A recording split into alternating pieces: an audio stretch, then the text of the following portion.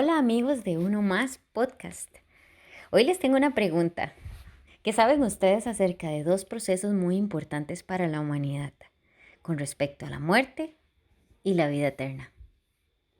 Les cuento brevemente lo que yo descubrí en la Biblia y me encantaría saber qué han encontrado ustedes en la Biblia también. En Génesis se habla inicialmente de cómo entra la muerte al mundo y es a través de una transgresión a un mandato. Dios les dice a Adán y Eva lo que deben hacer y la consecuencia si desobedecen. En Génesis 2:17 dice, mas del árbol de la ciencia del bien y del mal no comerás, porque el día que de él comiereis, ciertamente morirás. Ahí vemos una sentencia de muerte y además vemos una relación íntima entre el pecado y la muerte. Más adelante el profeta Ezequiel en el capítulo 18, en el versículo 4, en la segunda parte dice, el alma que pecare, esa morirá. Ahí Ezequiel nos confirma esta sentencia de muerte. No vamos a profundizar en la muerte, pero nada más mantén en mente que es una muerte sin Dios. Pero ¿qué pasa con la muerte con Dios? O sea, que dejamos esta tierra, porque todos nos morimos, pero tenemos una vida después de esta muerte. ¿Qué dice la Biblia acerca de la vida eterna? En Romanos 6:23 dice, porque la paga del pecado es muerte, mas la dádiva de Dios es vida eterna en Cristo Jesús, Señor nuestro. Aquí confirma lo que ya sabemos, pecado más muerte. Pero menciona un regalo, una dádiva de Dios, que es la vida eterna por medio de Cristo Jesús.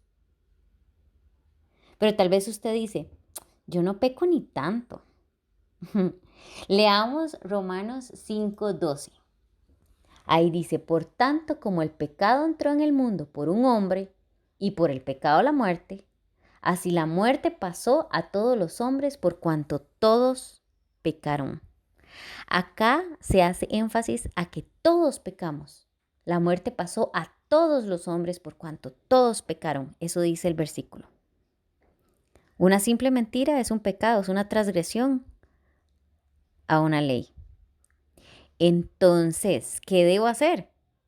Si yo peco siempre, o sea, ya tengo esta condena encima. Lo único que debemos hacer es creer, reconocer la dádiva que Dios nos dio. En Juan 3:16, 17 dice, porque de tal manera amó Dios al mundo, que ha dado a su Hijo unigénito para que todo aquel que en Él cree no se pierda, mas tenga vida eterna. Porque no envió Dios a su Hijo al mundo para condenar al mundo, sino para que el mundo sea salvo por Él. Jesucristo vino a morir por nuestros pecados y rescatarnos de una muerte eterna sin Él, para que todo aquel que en Él cree no se pierda, mas tenga vida eterna. En 1 Corintios 15:3, en la segunda parte de ese versículo, dice que Cristo murió por nuestros pecados, conforme a las Escrituras. Jesucristo vino a ser el puente entre mi pecado y mi salvación. Él vino a quitar la condena segura que yo tenía sobre mi vida. Cuesta pensar que con solo creer, pero así de fuerte puede ser nuestra convicción. Lo que creamos puede marcar la diferencia entre una muerte sin Dios o una eternidad con Él. En Juan 3:36 dice, el que cree en el Hijo tiene vida eterna, pero el que rehúsa creer en el Hijo no verá la vida, sino que la ira de Dios está sobre él. ¿Puedes creer que todo esto que te he contado lo dice la Biblia? Y lo puedes creer, que con solo creer en la muerte y resurrección de Jesucristo y ese sacrificio que hizo por mí, ya tengo vida eterna. Que ya no tengo una condena de muerte segura porque tengo una opción.